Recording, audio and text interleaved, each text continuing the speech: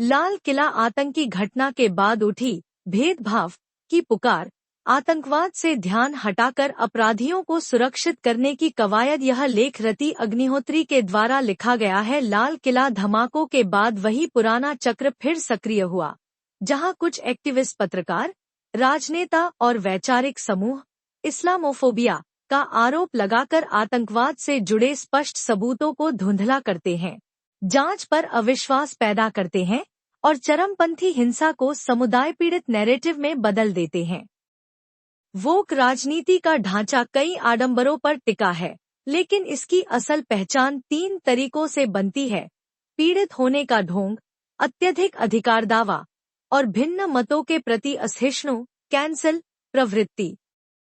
इनमें से पीड़ित बनने का दिखावा वोक राजनीति की टूलकिट का सबसे ताकतवर हथियार है। इसका इस्तेमाल सिर्फ झूठे नैरेटिव फैलाने के लिए ही नहीं होता, बल्कि उग्रवाद, कट्टरपंथ और आतंकवाद से जुड़े अहम मुद्दों को सामूहिक स्मृति से मिटाने के लिए भी इसका दुरुपयोग धड़ल्ले से किया जाता है। 9/11 से लेकर 2025 के पहलगाम हमलों और नवंबर के 10 से 11 के लाल किले धमाकों तक हर बार वही पुरानी पटकथा दोहराई जाती है। हर बार वामउदारवादी और इस्लामिस्ट समूह तथ्यों को किनारे रखकर खुद को जबरन पीड़ित दिखाने वाली वही पुरानी कहानी शुरू कर देते हैं। यह बनावटी पीड़ित भाव वास्तविकता से पूरी तरह कटा होता है और पहचान आधारित राजनीति का एक परिचित तरीका भर है।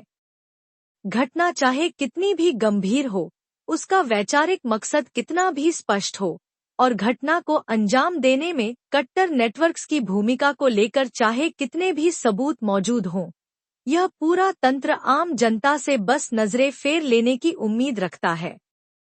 जैसे ही कोई जिहादी हमला होता है, पीड़ितत्व की मशीन पूरे जोर शोर से चल पड़ती है।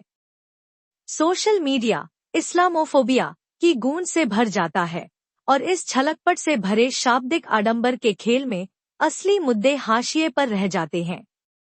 यानी आतंकवादी हमलों की हिंसा और बर्बरता के पीछे छिपी कट्टरवाद की विचारधारा पर ईमानदार चर्चा की कोई गुंजाइश ही नहीं बचती। यह तंत्र मीडिया से लेकर अकादमिक क्षेत्र, बौद्धिक संस्थानों, एक्टिविस्ट समूहों और लोकप्रिय संस्कृति की दुनिया तक मजबूती से फैला हुआ है। यह पूरा तंत्र मिलकर आतंकवाद की लीपापोती करता है, यानी विभिन्न वैचारिक हथकंडों के माध्यम से उसे परोक्ष रूप से जायज ठहराता है।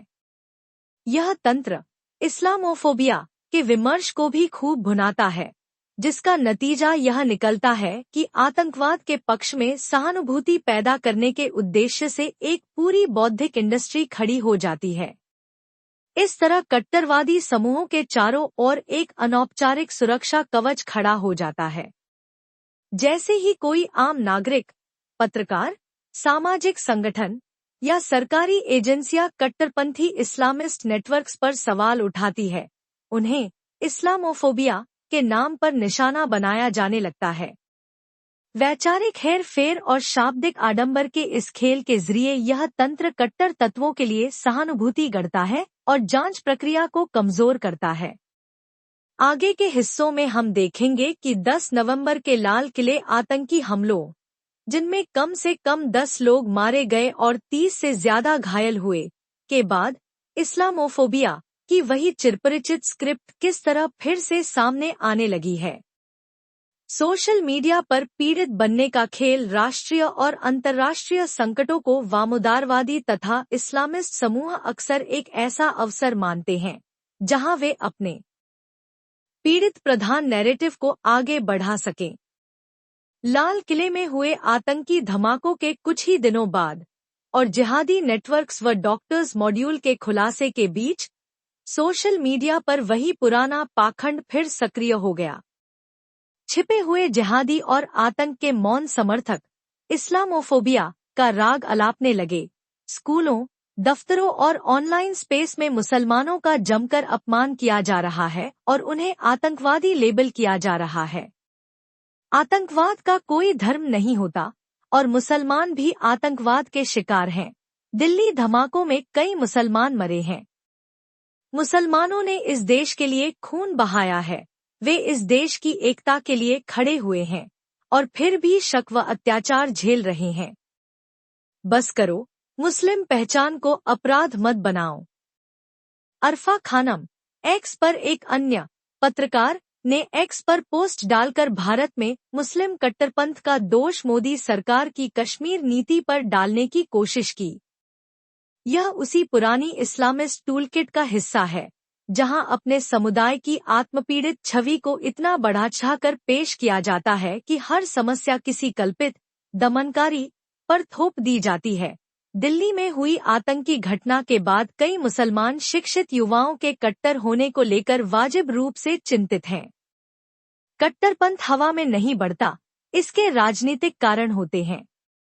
कश्मीर मुद्दे को अगर नजरअंदाज भी कर दें तो भी आर्टिकल 370-35 के बाद शिक्षित मुस्लिम युवा पसोपेश की स्थिति में हैं, मानो उनसे सारी उम्मीदें छीन ली गई हों। उन्हें एक इज़्ज़तदार भविष्य की कोई उम्मीद नहीं दिखती। ग़ज़ाला वहाब। एक्स पर एक और पोस्ट में ग़ज़ाला वहाब ने जांच प्रक्रिया पर ही सवाल खड़े कर दिए, मानो जांच के दौरान जो तथ्य सामने आ रहे हैं वे तथाकथित हिंदुत्व स्टेट की कोई साजिश हो, जिन्हें आगे चलकर मुस्लिम प्रोफेशनल क्लास को परेशान करने में इस्तेमाल किया जाएगा। इससे भी बड़ी चिंता यह है कि राज्य और बड़ा हिंदुत्व ढांचा, जिसमें पास पड़ोस के लोग और रोजगार प्रदान करने वाले भी शामिल हो सकते हैं, इस घटना को बहाना बनाकर उस मुस्लिम प्रोफेशनल वर्ग को और ज्यादा परेशान करेगा और हाशिए पर धकेल देगा, जो मुख्यधारा में रहकर भारत में भविष्य चाहते हैं। सबा नकवी ने भी एक्स पर पोस्ट कर इस्लामोफोबिया वाला पीड़ित नैरेटिव आगे बढ़ाया। उनका तर्क था कि भारतीय मुसलमानों को आतंकवाद की निंदा करने के लिए अनुचित रूप से सिंगल आउट किया जा रहा है। सभी भारतीयों को आतंकवाद की निंदा करनी चाहिए और वे करते भी हैं। मुझे समझ नहीं आता कि ऐसा करने के लिए मुसलमानों से अलग से क्यों उम्मीद की जाती है, जैसे वे तब तक दोषी हैं जब तक वे आतंकवाद के लिए माफी न मांगे। सोचिए, गांधी, इंदिरा गांधी, राजीव गांधी की हत्या करने वाले किस समुदाय के थे? यह समझिए कि हर समुदाय में कट्टर लोग होते हैं जो पूरे समुदाय का प्रतिनिधित्व नहीं करते। लाल किला धमाकों के बाद ऐसे कई सोशल मीडिया पोस्ट्स देखने को मिले जहां कट्टर इस्लामिक आवाजें खुद को नरमपंथी बुद्धिजीवी दिखाते हुए सामने आईं। विडंबना यह है कि यह वही समूह है जो सालों तक हिंदुत्व आतंकवाद का राग अलापता रहा। इस झूठे विमर्श की नींव सिर्फ एक मालेगांव ब्लास्ट के केस पर टिकी थी, लेकिन इस मामले में सभी आरोपियों को बरी किए जाने के बावजूद यह नैरेटिव अभी तक फैलाया जा रहा है। हिंदुत्व आतंक का झूठा नैरेटिव गढ़ने और फैलाने में तो यह तंत्र जरा भी नहीं हिचकिचाता, लेकिन जैसे ही कोई इस्लामिक आतंकवाद शब्द का इस्तेमाल करे तो यह तुरंत इस्लामोफोबिया का शोर मचाने लगता है, जबकि इन हमलों के तार वैश्विक जिहादी नेटवर्क से जोड़ने वाले ढेरों प्रमाण मौजूद हैं। दिलचस्प बात यह है कि लाल किला धमाकों के बाद इस्लामोफोबिया का रोना रोने वाली कई एक्टिविस्ट आवाजों का हिंदू देवताओं का अपमान करने का अच्छा खासा रिकॉर्ड रहा है।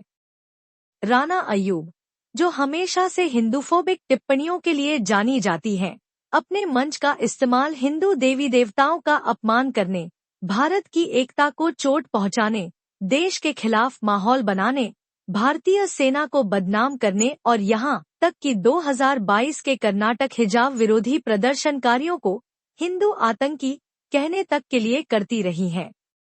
एक अन्य चरमवामपंथी टिप्पणीकार अरफा खानम लंबे समय से हिंदू धर्म और संस्कृति के खिलाफ जहरीले नैरेटिव फैलाने में सक्रिय रही हैं।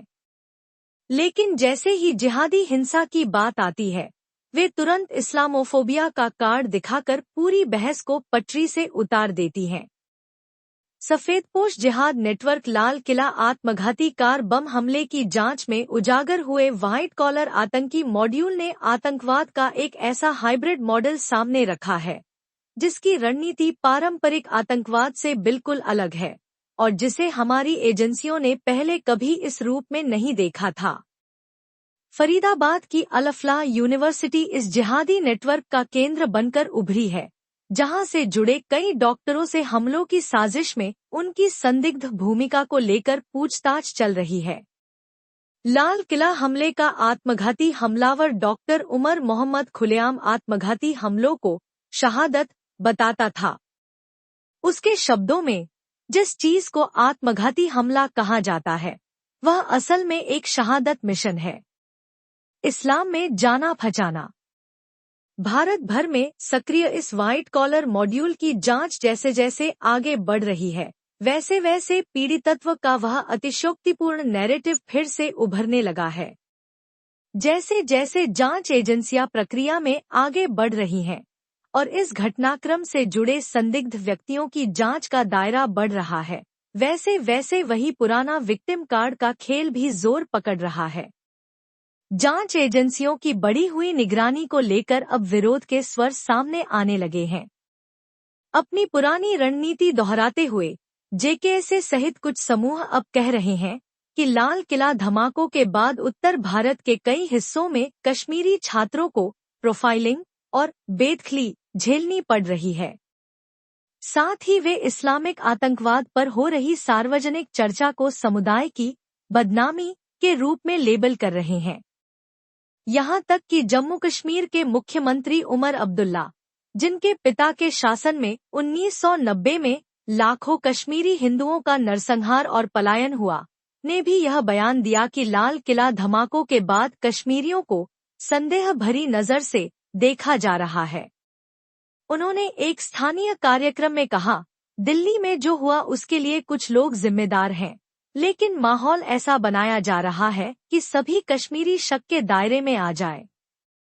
पीडीपी प्रमुख महबूबा मुफ्ती तो अपने वक्तव्य में इससे भी कहीं आगे बढ़ गईं। उन्होंने सरकारी नीति को हमले का दोषी ठहराया और डॉक्टरों के कट्टर होने का सारा दोष केंद्र सरकार पर मढ़ दिया। उनका कहना था कि सरकार ने नफरत भरा माहौल तैयार कर दिया है, जो युवाओं को खतरनाक रास्ते की ओर धकेल रहा है।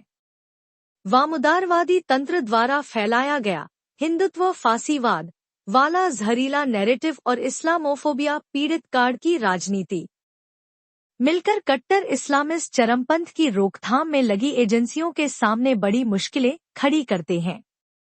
गढ़ा हुआ पीड़ित भाव, जिसे अल्पसंख्यक विलुप्तीकरण की राजनीति और भी ज्यादा मजबूत करती है, एजेंसियों के लिए देश में सक्रिय स्लीपर सेल्स का पर्दाफाश कर उन्हें खत्म करना और भी ज्यादा चुनौतीपूर्ण बना देता है। जैसे जैसे जांच एजेंसियां आतंकवाद के नए मॉड्यूल्स का पर्दाफाश कर रही हैं, वैसे वैसे वामुदारवादी और कट्टर इस्लामिस्ट तंत्र नैतिकता का झूठा मुखौटा पहन जिहादी आतंक के पूरे ढांचे की लीपापोती करने में और भी तेजी से जुट गया है। इस्लामोफोबिया जवाबदेही से बचने की ढाल पहलगाम हमलों या लाल किला धमाके जैसी बड़ी आतंकी वारदातों के बाद वामुदारवादी और कट्टर इस्लामिस्ट मीडिया का एक हिस्सा अक्सर वही पुराना इस्लामोफोबिया वाला नैरेटिव सामने ले आता है। आतंकवाद जैसे गंभीर मुद्दों पर गहन और निष्पक्ष रिपोर्टिंग करने के बजाय या आतंकवादी हिंसा की वैचारिक जड़ तक पहुंचने का जरा सा भी प्रयास किए बिना ऐसे मंच अक्सर इस बात को लेकर ज्यादा चिंतित नजर आते हैं कि एक समुदाय विशेष की भावनाएं कहीं आहत न हो जाएं। जांच में सामने आए तथ्य भले ही किसी भी तरफ इशारा कर रहे हों, इन मीडिया आउटलेट्स का सारा ध्यान बस इस्लामोफोबिया का नैरेटिव फैलाने पर केंद्रित रहता है। यूथ की आवाज में हाल में प्रकाशित एक लेख, red fort blast media spectacled, security discourse and politics of fear, Lal Qila blast का मीडिया तमाशा, सिक्योरिटी विमर्श और भय की राजनीति, इसका साफ उदाहरण है। लेख का लहजा भले गंभीर दिखता है, पर उसमें न तो तथ्यात्मक साक्ष्यों पर चर्चा है और न ही जांच के ठोस निष्कर्षों पर कोई। The search even triggers an automated AI-generated summary stating that the November 10th मामले की जांच attack has been followed by reports of increased anti-Muslim sentiment across. इसमें हर घटनाक्रम को इस्लामोफ The origins of Islamophobia can be traced to the Christian Crusades of the Middle Ages, when efforts to conquer Muslim-ruled territories shaped early anti-Muslim attitudes. Edward Said's critique of Orientalism, still influential in academic research examining Western representations of non-Western societies, also incorporates a critique of Islamophobia.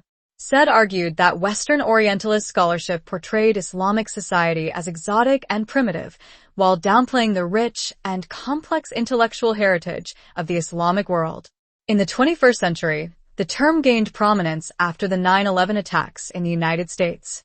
However, what began as a set of concerns about profiling and surveillance of Muslims soon evolved into a full-scale narrative industry, where identity politics is frequently used to downplay or obscure the role of extremist networks. पूर्व निर्धारित agenda झलकता है। हर जनसंहार पहले जहरीली भाषा से जन्म लेता है, हथियार तो सिर्फ उसका अगला चरण होते हैं, लेखक कहता है। ये पंक्तियां लेख की मूल सोच उजागर करती हैं। वास्तविक आतंकवाद की चर्चा छोड़कर एक काल्पनिक और अतिशयोक्तिपूर्ण अत्याचार कथा को हवा देना। लाल किला ब्लास्ट के पश्चात के मीडिया विमर्श पर इस्लामोफोबिया की यह फ्रेमिंग इस कदर हावी हो चुकी है कि Islamophobia after red fort terror blasts जैसी साधारण सर्च में भी कई लेख दिख जाते हैं, जिनमें मुस्लिम पीड़ित भाव वाला वही बार बार इस्तेमाल किया गया तर्क मिलता है। खोज के साथ ही एक स्वचालित सारांश भी देखने को मिलता है, जिसमें यहां तक दावा किया जाता है कि 10 नवंबर 2025 के हमले के बाद कई ऐसी Today's Islamophobia discourse leaves little room for even measured criticism of radical Islamist ecosystems. By leaning on a constant victimhood posture, this discourse creates new layers of grievance to divert attention from uncomfortable questions about jihadist ideology. In India, where Hindus have faced centuries of Islamic invasions and repeated episodes of targeted communal violence, the Islamophobia narrative takes on even more troubling contours. It operates not only to sanitize jihadist violence against Hindus, but also to invert reality by promoting a Hindutva supremacy storyline that seeks to justify or excuse acts of terror. UN's double standards. The UN defines Islamophobia as a fear, prejudice, and hatred of Muslims that leads to provocation, hostility, and intolerance by means of threatening, harassment, abuse, incitement, and intimidation of Muslims and non-Muslims, both in the online and offline world. Motivated by institutional, ideological, political, and religious hostility that transcends into structural and cultural racism, it targets the symbols and markers of being a Muslim. The definition is so expansive that criticism of radical Islamist groups or extremist indoctrination can be construed as Islamophobic. By this logic, even regulating face coverings in public spaces or adopting a uniform civil code could fall under the अपने पीड़ित भाव के narrative में नित नई शिकायतों की परतें जोड़ता है, ताकि जिहादी विचारधारा पर सीधे सवालों से ध्यान हटाया जा सके। भारत में, जहां हिंदुओं ने सदियों तक इस्लामिक आक्रमणों का दंश और लक्षित सांप्रदायिक हिंसा झेली है, इस्लामोफोबिया का नैरेटिव और भी ज्यादा उलझा हुआ रूप ले लेता है। भारत के संदर्भ में, यह नैरेटिव मात्र जिहादी हिंसा की लीपापोती कर उसका सामान्यीकरण ही नहीं करता, बल्कि वास्तविकता को उलटकर हिंदुत्व आधिपत्य की झूठी कहानी गढ़ने का भी काम करता है।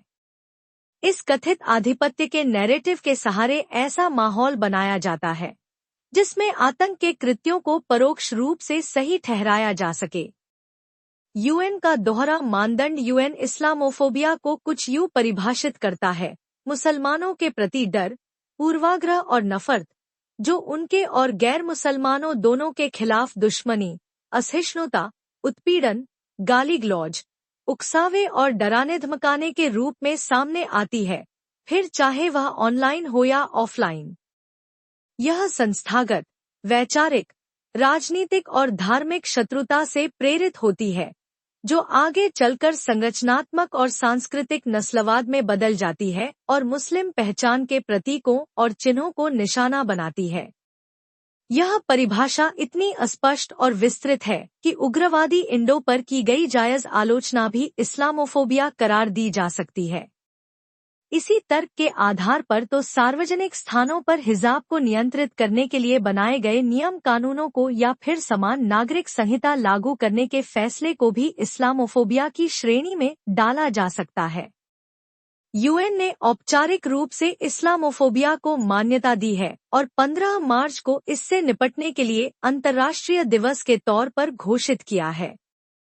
लेकिन हिंदू धर्म सहित अन्य गैर ब्राह्मणिक धर्मों के खिलाफ व्याप्त नफरत और द्वेष पर यूएन की चुप्पी उसके साफ दोहरे मानदंड उजागर करती है। यूएन अक्सर मुस्लिम अल्पसंख्यकों के खिलाफ होने वाले भेदभाव पर कड़ी प्रतिक्रिया देता है, लेकिन कई इस्लामिक देशों में अल्पसंख्यक अधिकारों के लगभग पूरी तरह अभाव पर शायद ही कभी कुछ कहता है। समापन। भारत का राजनीतिक परिदृश्य बेहद जटिल है, कई तरह के स्वार्थ समूहों और वैचारिक दबावों से भरा हुआ। ऐसे माहौल में सरकार के लिए आतंकवाद के समर्थकों और उसके पक्ष में सफाई देने वालों पर सख्ती से कार्रवाई करना हमेशा सरल नहीं होता। विलुप्तीकरण की राजनीति एक लंबे समय से भारत के राजनीतिक परिदृश्य का हिस्सा रही है और कुछ कश्मीरी नेताओं द्वारा आतंकवाद को कमतर बताने या उसका औचित्य खोजने की प्रवृत्ति इसी ढर्रे में फिट बैठती है। लाल किला धमाकों के बाद हुए डॉक्टर्स मॉड्यूल के खुलासे और गुजरात एटीएस द्वारा बायोटेरर प्लॉट के पकड़े जाने से यह स्पष्ट तौर पर दिखाई देता है कि जिहादी नेटवर्क्स किस हद तक समाज की परतों में घुसपैठ कर चुके हैं।